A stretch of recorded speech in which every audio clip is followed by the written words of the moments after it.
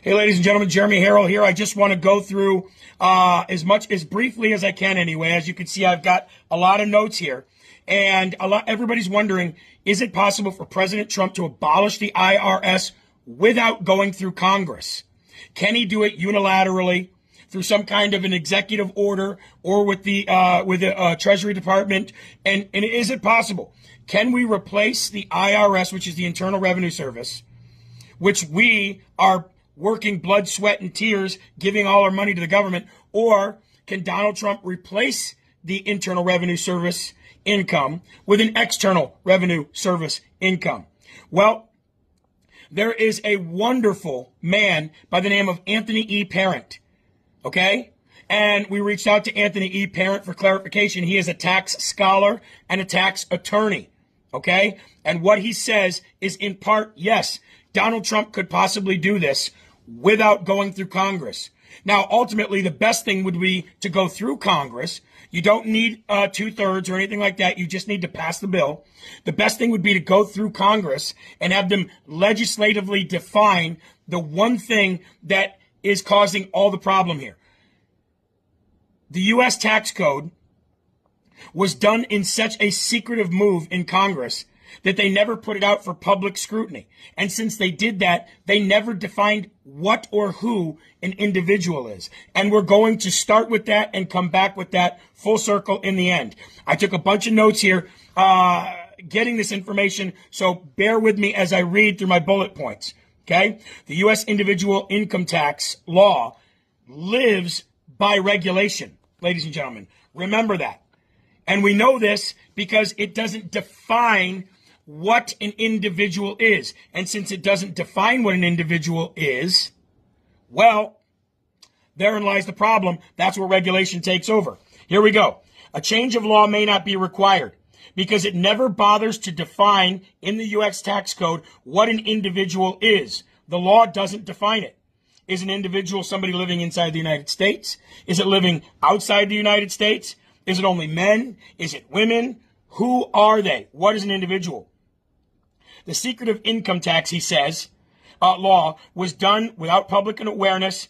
And because of that, a lot of things were very vague and skipped over, including defining what an individual is.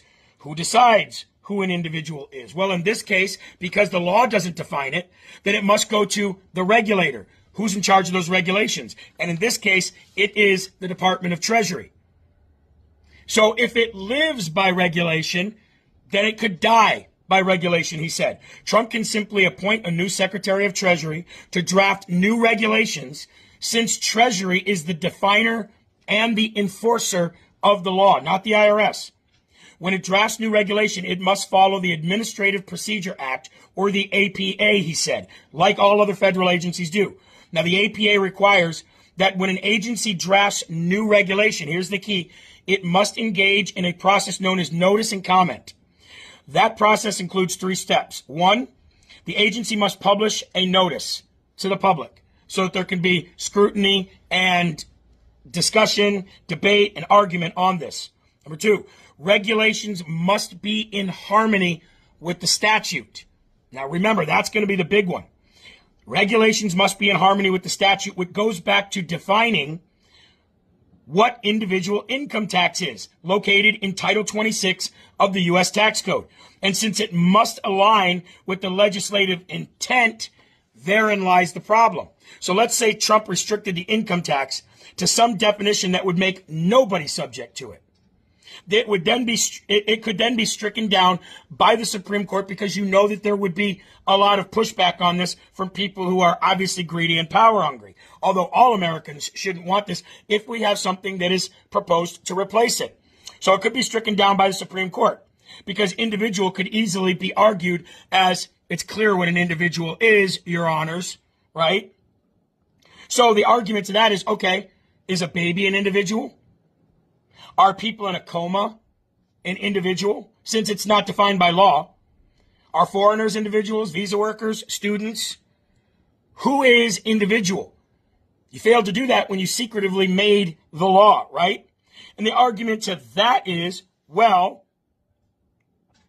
what the regulation does is limits the word individual to United States working taxpayer. Ooh. The argument back to that is, since you just said, well, since it's not legislatively defined, and since it goes to the regulator, and the regulation defines who it is and enforces who to go after for these taxes, well, that brings me right back to the beginning. If it lives by regulation, then it can die by regulation. And the argument back to that is, ladies and gentlemen, and really comes down to this, that's just an admission right there that the law does not define who an individual taxpayer is. Regulation does.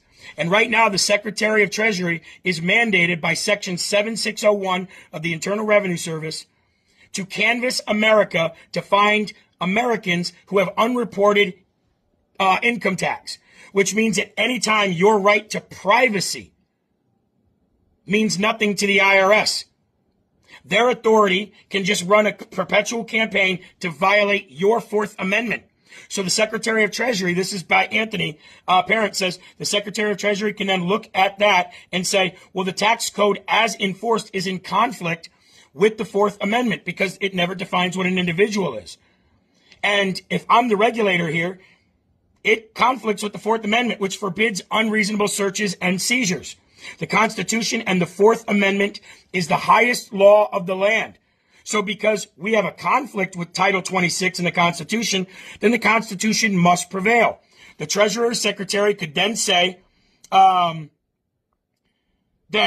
any way to enforce Title 26 is to define the individual that must live and work in the United States. They must consent to the illegal search and seizure.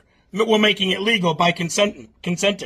So at the very least, ladies and gentlemen, this would expose the politicians and the people that want to keep the IRS tax code, the Internal Revenue Tax Code, in place, and would ultimately give President Trump leverage to actually have this go through Congress and have it passed there as well, because nobody wants to, nobody wants political suicide.